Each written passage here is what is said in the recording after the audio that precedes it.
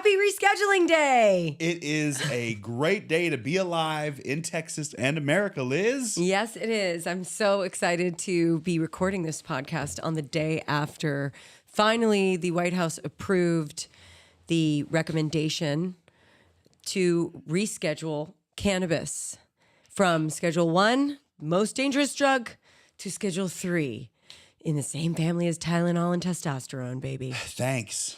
Thank you for that, federal government. I know. You know, we will take it. You got to take every little win you get.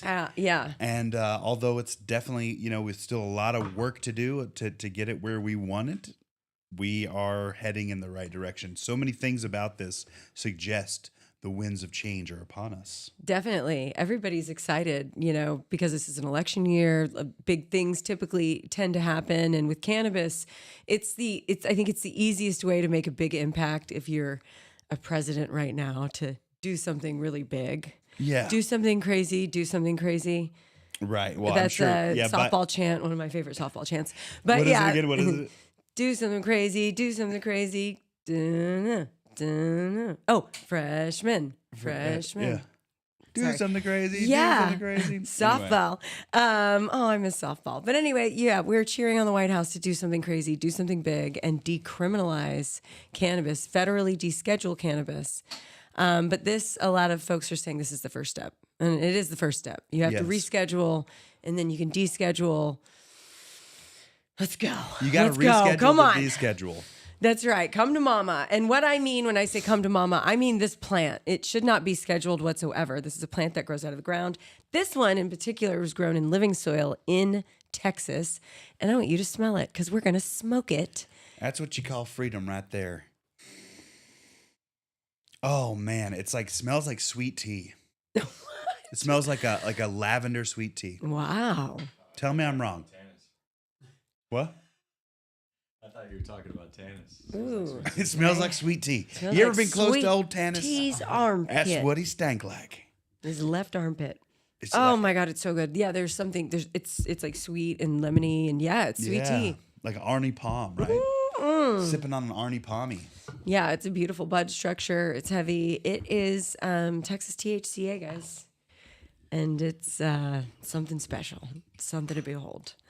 It's Gorilla Glue 4. Is there another drink named after golfers? I just mentioned an Arnold Palmer. Good question. Like if I pulled I'm up the glad you Canes and asked. said, "Can I have a Tiger Woods?" I feel like that is something. Tiger Woods. John Daly. There's a John Daly. Is that just a blast of everything? No. It's like vodka and It's an Arnold tea, I Palmer. think. It's Yeah. an Arnold Palmer Yeah. with vodka. Oh, okay. Yes. Yeah. John Daly. Yeah, he was a real drunk. No. He still is. He still plays, right? He's that. so probably. Yeah. I Probably just, not pro, but yeah. I don't know. I couldn't pick him out of a lineup, but I definitely enjoy his beverage on a hot summer day for sure. I wonder what a Greg Norman would be. There's got to be a Greg Norman. It's a little bit of Clamato. It's a shock. It's the Arnold Palmer with Clamato. Yeah, he's the sea man. You want to smell that? Oh boy, which pile? The big one, the juicy pile, not the dry pile in the corner. Now that's a stinky pile. Whoa. Right? Wow. What does it stink like? Kind of kind of like a almost like a fermented floor of a winery. Fermented floor of a winery. Yeah. Yeah, okay. I'm buying it. There's still that sweetness though, which I think is really cool. That sometimes you will grind up a bud and it smells so stank. And and that's not a bad thing, but this is a well-rounded bud, I'll say. This piece too, piece. it's one of our favorite bongs to hit out of. Yes. And I think it's like our special bong in celebration of Reschedule Day. It is. This is a shower coil pipe bong from Grav Labs. And as you can see, there is a coil. And the smoke is going to go through the coil and magic is going to happen. And then it goes into your lungs. Mm-hmm. So that's basically, I think, how it works. Right? Has your weed been coiled? And I'm excited for you guys to try this piece. We nicknamed him Granddad. I'm excited for you to try Granddad and give us your thoughts on it. I think we've had 3 of these wicked. bongs in our lifetime. This is our third, probably, yeah. This brand, it's fun. I don't have a lighter. Is there a lighter? No. Thank you, Jake. Thank you, Jake. And thank you to everyone who's joined us and joining us and listening to us and also finds cannabis interesting and cannabis policy interesting. If you do, go ahead and make some comments and let us know what you want to talk about when it comes to cannabis policy, because we're learning every single day, and we really do feel like it's our calling to give this information to people like us. You know, people who like to relax with a little bit of weed every now and then. Hey, Let me know the rules. Yeah. And it seems like this bill, to the schedule that it's moved to, or not It's not a bill, bill, not yeah. bill. Sorry, I didn't say that. But it seems that this rescheduling, it's not necessarily like, hey, we're free at last whatsoever. Yeah. You still got some ways to go, but it does ease up research and the business side of things. It sounds like Yes. It does ease up so many regulations and so many hoops to jump through when it was thought to have no medicinal value, that it was just a bad drug, that it got people super addicted, and then your life is over. Like, that's basically Schedule 1 drugs. That's meth. right. You know, that is, what are the other drugs on? Well, MDMA is on Schedule 1 as well. I have a list, but hang on. Let me jog my memory real quick. One sec. Get coiled. It's fun to watch it go through the coil. I recommend everyone get a bong that has some sort of fun thing in the center of it. It looks sophisticated. Right? Tastes like Schedule 3. And I like it. Nice. I like it a lot. So tell us. So good. Okay, so I have all of my facts here, and I'm so excited. You know, the prompt is this: tell me the difference between Schedule 1 and Schedule 3. And what's crazy? Okay, so the group of Schedule 1 drugs includes heroin, LSD, cannabis, ecstasy, meth, and peyote. Why peyote getting on that list? Highly addictive. How do you find it? Nobody's addicted to peyote. No. They had to throw it in. You do mescaline once, and you're like, thank God that's over. God. I would do it again maybe in like a month or two.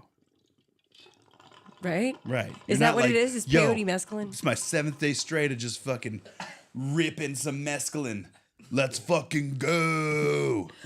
I'm seeing the third side and the fourth side and all the dimensional sides, really. It's not like that. I need to know how Granddad was treating you That was up there. smooth. Not smooth? No, it was smooth. Oh, nice smooth, Yeah. right? Yeah, it had like a pretty like resistant pull. Yeah. You had to rip it. Yeah, he's a stubborn grandpa.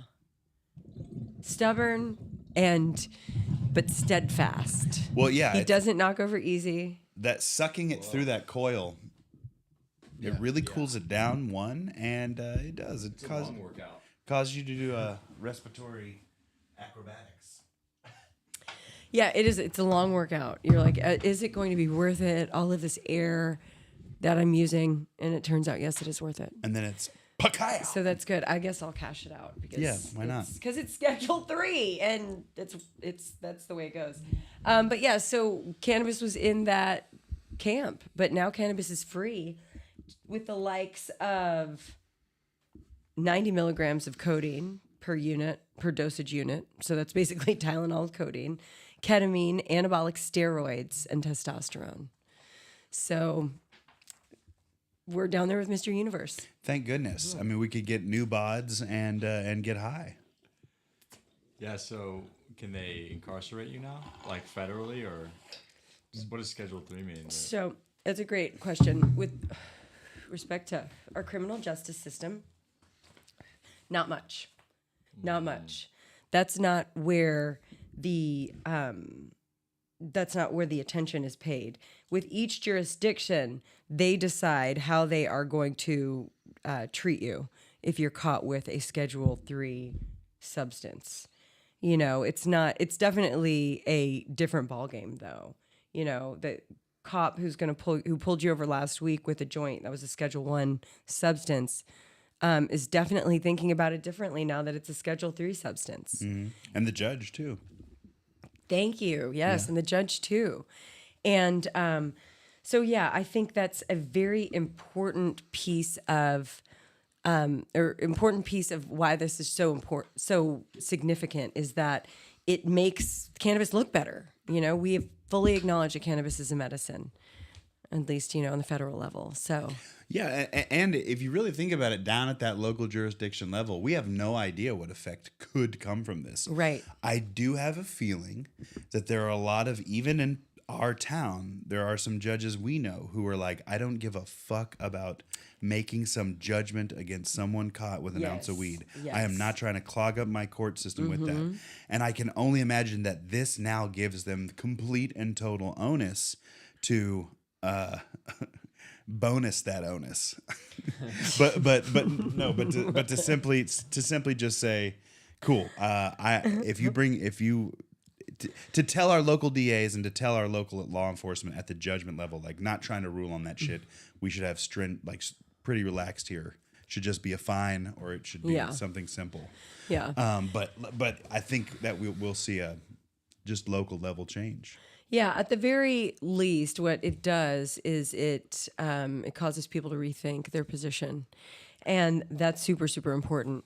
So legally, if we want to look at the differences between Schedule 1 and Schedule 3 drugs, legally, so legal implications, Schedule 1 drugs have the strictest regulations, and they're subject to the strictest regulatory controls. Both possession and distribution are closely monitored and heavily restricted.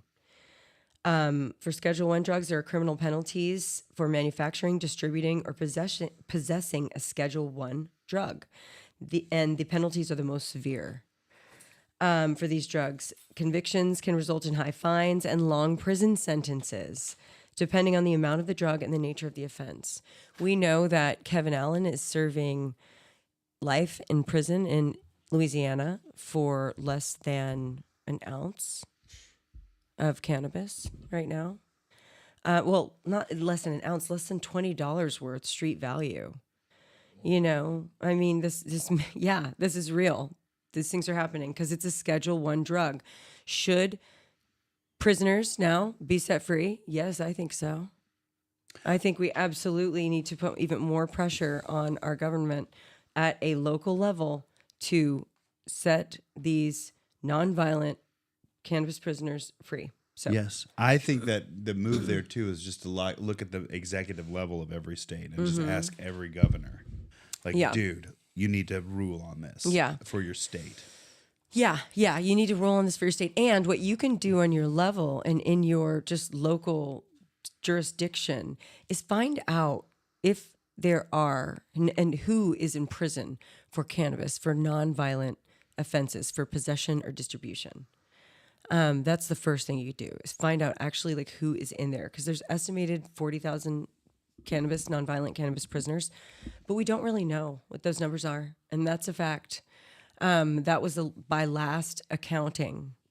We need to know more, because we do know that, and also our law enforcement uses cannabis as a reason to compound the issue and to really put the heat on you and jam you up to do other things and maybe comply in other ways. So it's a Schedule 3 drug. It's a medicine. And one last thing about Schedule 1 drugs is that you cannot prescribe them because they are illegal.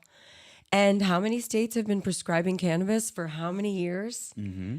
Oh my God. It's like, wow, the law is truly an ass. It is slow and stubborn.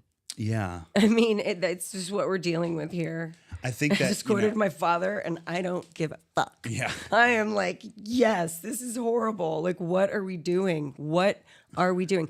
And the fact that we have the control to vote, that's the thing. That's the thing that really bugs me and bugs us and bugs anyone who's really passionately connected to this cause, is that as a citizen, as a Texan, we have the right to vote for our local lawmakers, and we have a right to talk to them and start this conversation. And we've done that. We've tried. We are active at our level. They know who we are. They know who we are.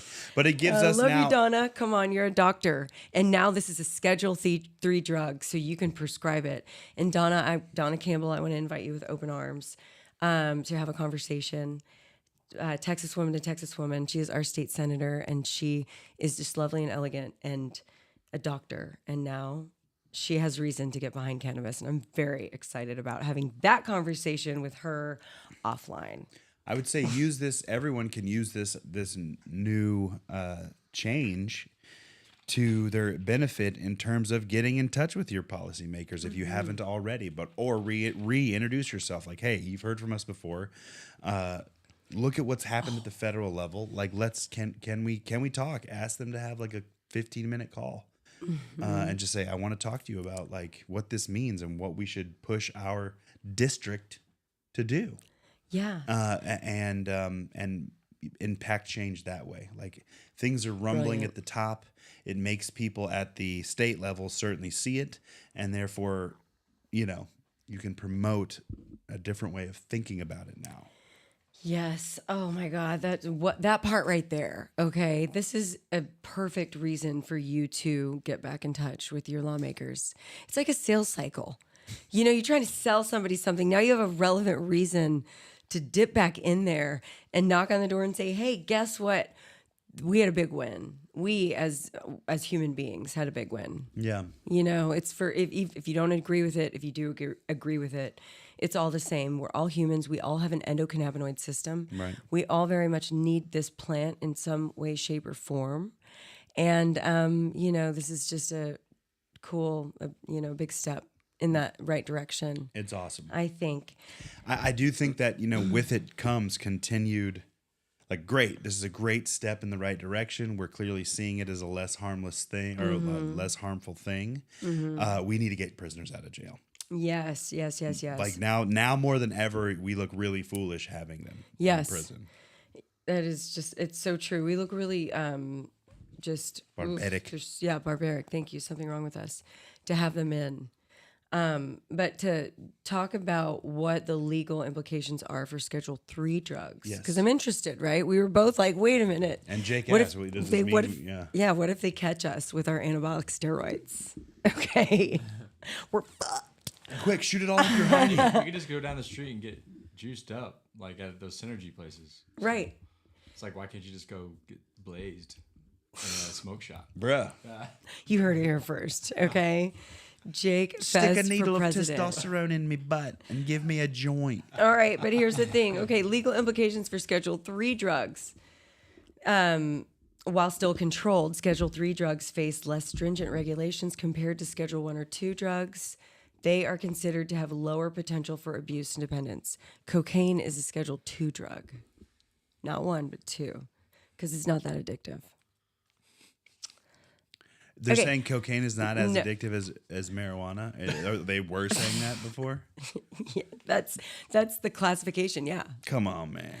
How many politicians themselves know that ain't true? Well, that's why it's Schedule 2. No. But that's why it's Schedule 2. That's why it's Schedule 2. Right. The politicians like it a little too much. And they use it in dentistry. Oh, yeah. Coca-Cola Classic used to have cocaine in it. Okay, criminal penalties. Legal consequences for unauthorized sale, possession, or manufacture are less severe than Schedule 1 drugs, but more severe than for drugs in lower schedules. Penalties can vary based on quantity. This is not very helpful. Sorry, guys. There's not much to say on criminal penalties because it seems so case by case, but it's definitely, you can go down the street and get, your butt boosted with anabolic steroids. It certainly and then some enchiladas. Yes. That's our Friday night. But you can, now what about weed? This plant, none of these drugs that it's in bed with are plants except for peyote. Free peyote. Peyote, come on. Have you ever had a psychedelic experience on peyote? Well, mescaline, which is the chemical in peyote. So I've not done peyote, but I've done it through drinking it through a different cactus that it's found in called San Pedro. And it's just depending on the concentration, it's more or less the same thing. The answer is yes, Jake. And yes, we have. It was Many great. times. It was great. We had the best and most sublime experience though because it was during COVID. 2020. We flew to LA for COVID. Yeah, we flew to LA thinking, and everybody was just so whacked out. It's like, yeah, I'll take a meeting. No, you're not. You're not getting out of bed out of your pajamas. And you don't think we're coming from Texas, but we're coming from Texas. And because we had this place in LA and we needed to, continue to work and do our thing. And so we get there. Remember, there's a huge hill up to the house. It was a beautiful house on a beautiful piece of property in Studio City. Mm-hmm. And we get upstairs and the doors are open. And I'm like, oh, fuck, squatters. And this was even before squatters got hot. Yeah, right. I was like, oh, shit. This is COVID pre-squatter. Yeah, you don't know what's going to happen. But, so we go in. But just for a little bit of context, we rented this place as with 3 other people who were travelers that did a lot of business in LA. Yeah. So we were in LA once or twice a month for, 4 or 5 days at a time. So it made sense to have a place there. Yeah. We were sharing it with people exactly like us in that pattern. So it was sometimes you'd come to it and it'd be like people you didn't know were in it, like friends of the people. Well, and that was this case, right? It was nothing nefarious. We walk in and there's this beautiful soul who is a shaman from Peru and can't get back to Peru. And there you go. We'll start the story there. Okay. It was just the coolest week because all of our meetings got canceled. Yeah, of course, everything got canceled. There were some bars that were still open though. I feel like, but whatever. We were just like, what? There's nothing to do. I mean, there's what should we do? And we were taken on just this awesome journey, and we had this plan to do peyote on day 5. And on that day, I remember waking up. We ate the night before at 5:30, and then we woke up at 5. And do you remember that ride we were on for the whole day? Yeah, it was great. Oh, it was amazing. But it just But we didn't do the peyote yet. Yeah. It was like 8 hours until we did the peyote. We had 2 hours of prayer and just singing and then breathing. And then we had the yoga and it was just like amazing. We were eating little bits of like macrobiotic, like life. And then we took spoonfuls of you take this San Pedro cactus and you boil it down to its most thick liquid. Yeah. And you take a spoonful of that, and it's like the bitterest. It's like bitter tea. Imagine the bitterest tea you've ever had, and then multiply it by 1,000,000.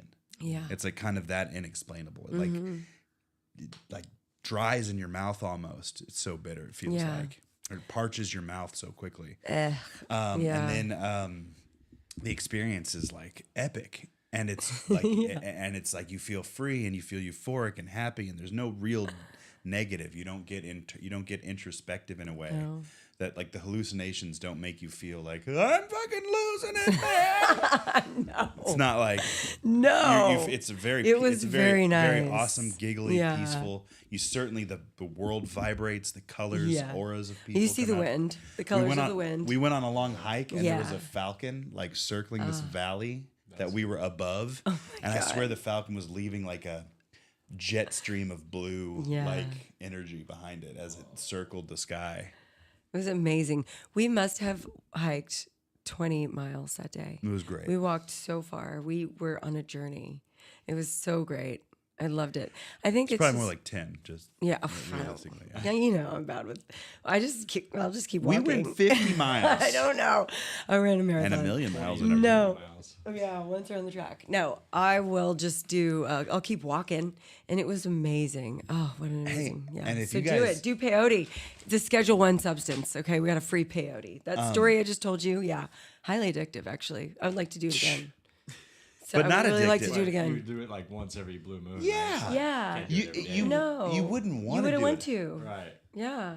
It's like beautiful. Was there like any kind of hangover, or did you vomit? Because what's the thing where you vomit? That's ayahuasca. Yeah. I haven't done that. I don't think I want to do that. It's like guaranteed. I don't like to throw up. I did want to say, guys, I know how to distill the San Pedro cactus, or I know how to bring the mescaline out of. I've done it. I've made it myself before I had it his way. I'd had it that way because I made it. But do you know how? Yeah, I've done it. To do the day though, the whole ritual. No, I never did. I never got spiritual with it. Once I had it, I was like, let's do this. Because I know you can do it. You've been like quite the chemist, I feel like. But if you guys ever want to make it, let's go do it. It's so fun. I'll be down. It takes about 2 or 3 hours, but it's fun. Are we incriminating ourselves by saying we're going to try a No, hey government, Schedule I'm gonna make a 1. Schedule 1 drug in my friend's house or my house, and I don't give a fuck. Said I'm gonna every go grower. I'm gonna of go rip a cannabis. cactus that grows naturally around this stretch Yeah. of land and really Southern California. Yeah. And I'm gonna make a drug out of it. Stop me. So here's my question. Here's my question. How does this affect rules about home grow? Or thoughts about home grow? That's one thing that's always kind of up in the air and always seems to get the shaft when it comes to policy, because it's truly giving people the power to grow their own medicine. Yeah. And the government can only, tax you so much in the form of a caregiver's license. Well, now Legally. Yeah. So in states with home grow, systems like Maine. Yeah, with this descheduling too, it seems like the government has primed itself to take a little tax at the federal level for cannabis. Of course. Every space and place. They'll take it out of your ass. Right. Literally, figuratively. But I mean, they literally can tax now. Funny how that works. So, yeah, but it goes both ways too. And this brings us to the most exciting thing I think about moving from Schedule 1 to Schedule 3 is the implications on taxes for business owners. Okay, for legal cannabis business owners, my heart has always gone out to you because I know you've been unable to write off your damn expenses. It's absolutely insane. It's nuts. We have marketing expenses. We are a video production company. We work with cannabis brands, and nope, Schedule 1, sorry, you can't write off the grow house, media marketing, which is a business expense. I need to Insane. spend money on video to get the eyeballs, all right, to get me what I need. And that is something I'm so excited about. So shout out to all my cannabis business owners. I hope you feel free. I know it's not enough, but I hope you feel free and your ass doesn't hurt so much anymore. Yeah, don't get this wrong. There's still a lot of bullshizer. Do you think this will help with policy on social media channels and platforms, or is it Yeah. going to wait till decrim? I think great big time. question. I think it will. Yeah, if they can make money on it, I think it's going to be okay. But we have to remember there are powers that be who don't want this out there, who don't want the wacky tobacco out there to see the And- light of day, Yeah. including tobacco, big tobacco, the original tobacco, The less wacky. and the alcohol-y, okay? Wacky tobacco. Yeah, Cinco de Mayo's coming up. You better be drinking those margaritas. I know. Buy the bottle, okay? It'll be fine. Dwayne The Rock Johnson has a brand.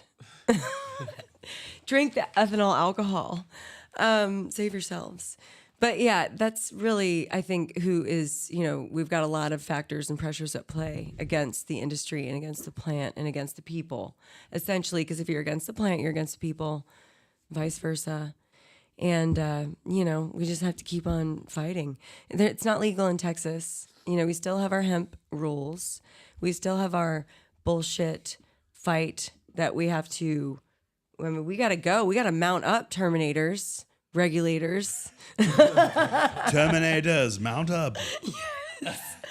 Oh my God. Okay, this is good. I like this. I like where we're going here. But we need to, for 2025 legislative session, we have our lieutenant governor literally is saying, no. I see that you've learned to, extract beautiful things from this plant, but some of these beautiful things are just getting too much of attention and we got to shut them down.